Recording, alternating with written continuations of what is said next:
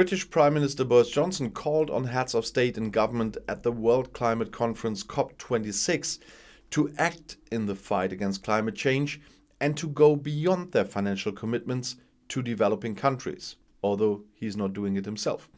For mankind, the clock on climate change has long run out. It's a minute to midnight and we have to act now, Johnson said at the opening ceremony. And it's quite interesting if you look at the payments. Yeah. But he said, if we don't take serious action against climate change today, it will be too late for our children tomorrow.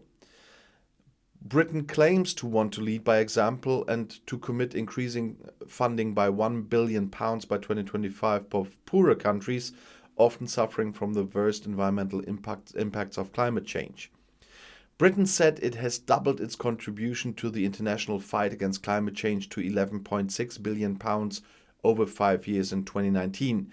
The new commitment would increase the total to £12.6 billion by 2025 if the country's economy grows as forecast, which it probably won't.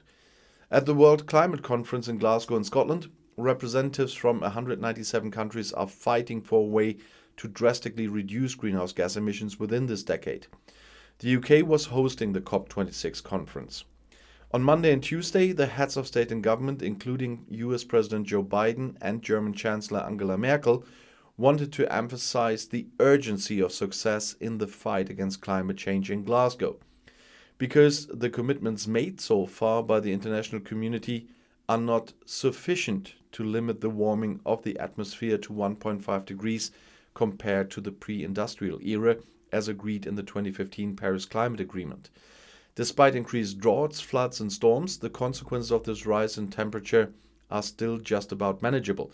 But one word, the 1 billion Johnson was mentioning, is already in the budget for developing countries. Only now he will say you have to use that 1 billion for climate change. So it's not new money. So it's another smokescreen by Johnson. I'll see you in my next video. Bis gleich.